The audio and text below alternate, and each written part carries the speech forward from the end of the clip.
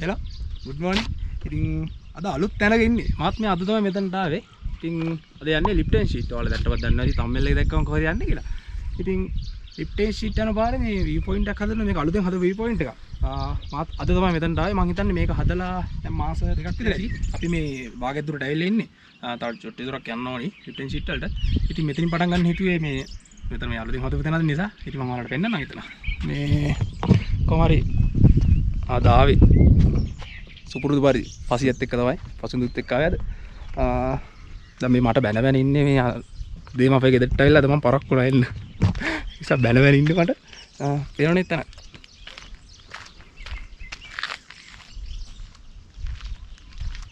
view point එකක් වගේ හදලා දිනවා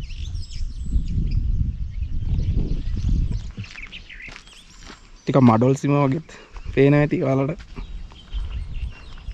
ඉතින් මේ මෙතන පේනේවා පේන තැන් ඔක්කොම මෙතන ගහලා තියෙනවා ඉදල් ගස් ඉන්න කහගොල්ල අඹේවල ටර්බයින් වින්ඩ් මිල්ස් ෆොක්ස් සීල් පිදුරු තලාගර බෝපුරු ඇල්ල බණ්ඩාල ටවුන් එක අයිස් ලැබ් ටී ෆැක්ටරි එක බිඳුවව රූක්ක තැන්න මහ මෙවන අසපුව ඉතින් ඔය ටික මෙතන ගහලා තියෙනවා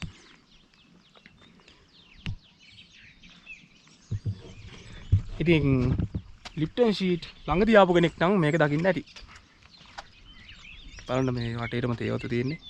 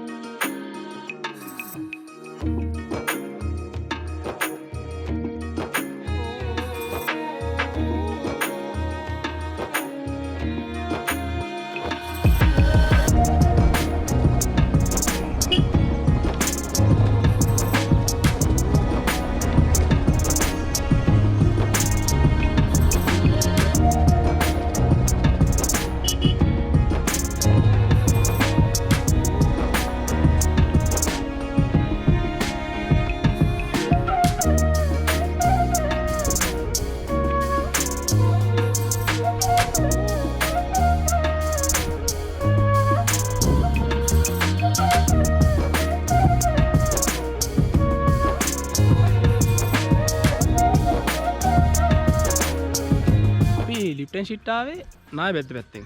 ඒ කියන්නේ මේ පැත්තෙන් තමයි ඉතින් ළඟ එනවනම්. වන්නල්ලි ඉඳන් ආපු නිසා මේ පාර තමයි හපුතලේ පැත්තේ ඉඳන් එන්නේ. ඒ කියන්නේ දඹේ තැන්න පාර කියලා අහලා ඇති. ඒ පැත්තෙන් ඉඳන් එන්නේ. ඒක මට පිටිපස්සේ තියෙන්නේ. ලස්සන පාරක්. පේන ඇතිනේ.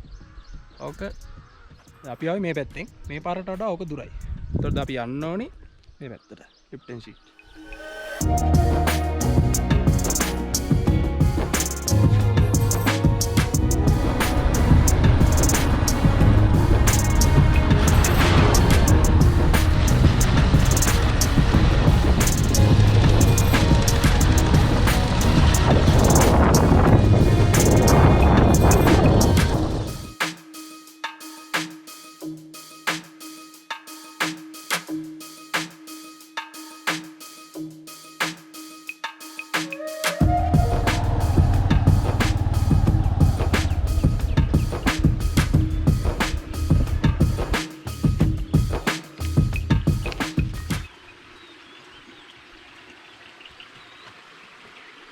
ඉතින් මෙතෙන් තමයි ටිකට් ගන්න තියෙන්නේ. ගේට් එක තියෙන්නේ මෙතන. ඉතින් අපි බයිසිකල් ආපු නිසා බයිසිකලයට රුපියල් 100යි. එක්කෙනෙක්ට 100යි ටිකට් එක.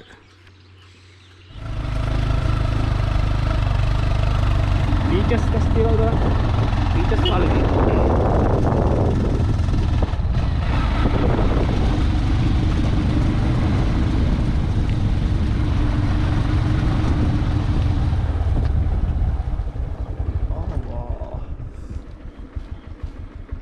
පේන්නේ වීදුවේ අර පැත්තටම පේනවා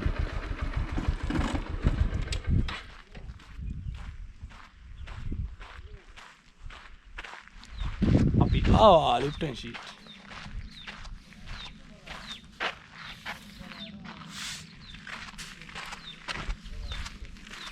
ඔයාලට පේනවා ඇති කියලා කියන්න බෑ මොකුත් පේන්නේ නැහැ මේ පැත්ත පේන්නේ නැහැ මේ පැත්ත විතරයි පේන්නේ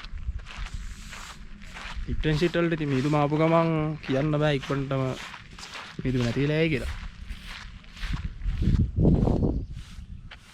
මිදුම આવුත් ඉතින් පැය දෙකක් තුනක් විතර ওই මිදුම තියෙනවා සමහරලාට. කියන්න බෑ හැමතිස්සෙම නෙමෙයි.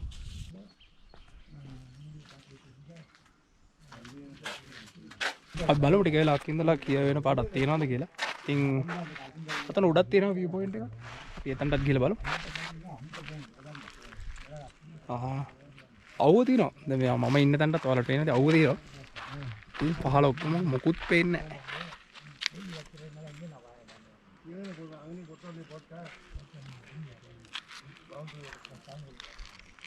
ඉතින් 1800 විතර තමයි සර් ලිප්ටන් ලංකාවට එන්නේ. ඉතින් 1815 දී ලිප්ටන් සිලොන්ටා කියන නම ලෝකෙටම හඳුන්වා දෙනවා. ඉතින් සර් ලිප්ටන් පුරුදුලා ඉඳලා තියෙනවා මේ view point එකට ඇවිල්ලා තේ කොප්පයක් බොන ගමන් මේ වටපිට බලාගෙන ඉන්නේ. ඒ කියන්නේ තේ වතු තියා බලාගෙන ඉන්නේ. ඉතින් ඒ හේතුවෙන් තමයි මෙතනට ලිප්ටන් සීට් කියලා නම හැදිලා තියෙන්නේ.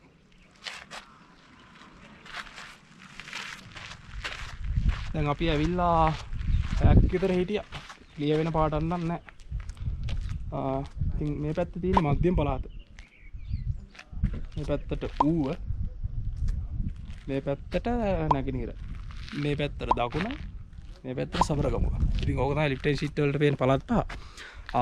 බලමු දැන් මෙතන ඉඳලා මේක ක්ලියර් වෙන්නේ නැති වුණොත් මම කොහොම හරි මෙතන වීඩියෝ එක පේන වීඩියෝ එකක් දාන්න බලන්න. මොකද ලිප්ටන් සීට් වලට ඇවිල්ලා view එක පෙන්නුවේ නැත්තම් ඇතර වැඩකුත් නැහැ නේ. මේ ඉන්නේ දොරේ රාජ් අයියා. අපි යාගෙන් අහමු යා මෙතන දැන් ගොඩක් කල් ඉඳන් ඉන්නවා. මෙතන බලා ගන්න කෙනෙක්.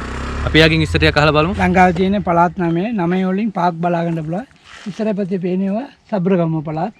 ඒකින් උඩවලව ජලාශය, චන්ද්‍රිකා වේම්බිලිපිටිය, බලංගොඩ, බඹයින, රත්නපුර සයිඩකින් සබ්‍රගම පළාත් වලින් බලන්න පුළුවන්.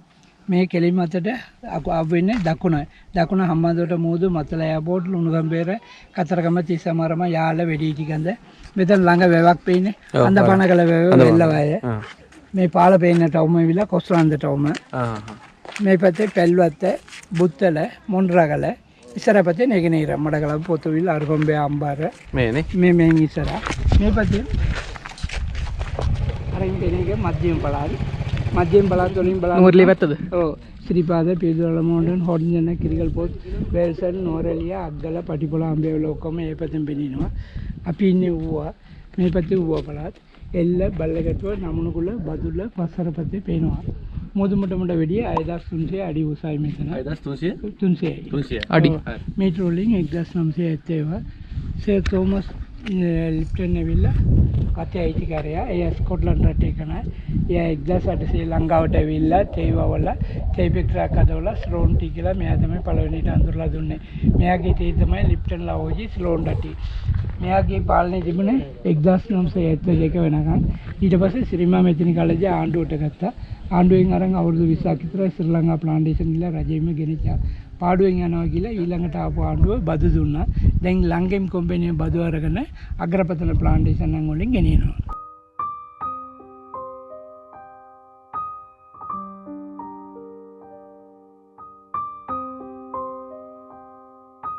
අපි එන උඩ view point එකටත් යම්.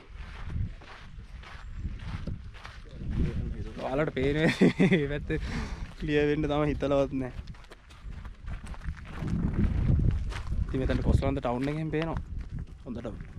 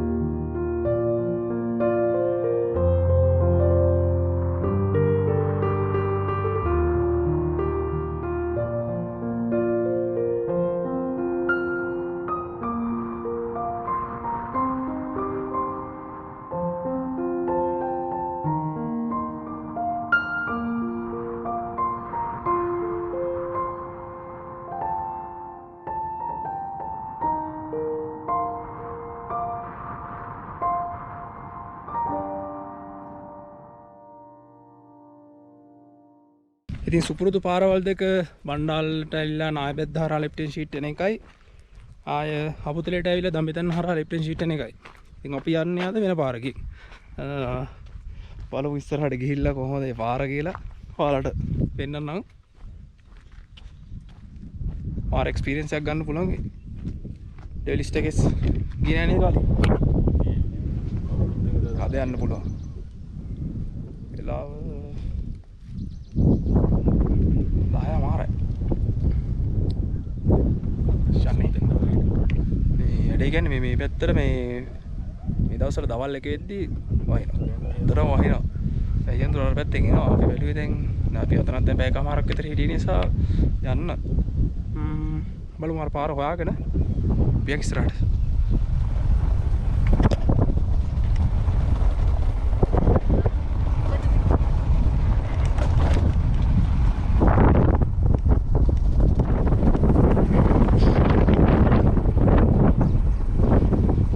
නාගටියට මෙහෙම පාරක් තියෙනවද? නාගටියට යනවා නායබෙද්ද කියලා යන්න ඕනේ. නෑ ඒක නෙමෙයි. මේ ගමක් ඇතුලෙන් පාරක් තියෙනවද? ඒ පාර තියෙන පාර යන්න බෑ. අපි දැන් මේ පාරේ යන්න තමයි ආවේ. වීඩියෝ එකක් කරගන්න. මේ කරන්නේ. උඩට ගන්න ඕනේ. ඒක උඩට ගිහිල්ලා කොහමද යන්න ඕනේ? ඔය කිත්තරින් කියනවා මම කොන්ක්‍රීට් පාටම දිගටම මේ තාර පාටම දිගටම කියනවා. මේක දිගේමනේ. ඔක හැරෙන්න කොහෙට යන්නේ නේ? ඉතින් අතන තමයි ටිකට් කවුන්ටර් එක තියෙන්නේ. ආ ගේට් එක තිබ්බ තැන. ඉතින් අපි ඒ පාරේ මෙහෙට ආවා. දැන් අපි ආපු පාරනේ මේ යන්නේ. අපි අර පාර පොඩ්ඩක් අහගත්තා. අර කොස්ලන්දට යන පාර නාකැටිය කියලා තමයි මට මතක විදිහ නම තිබ්බේ.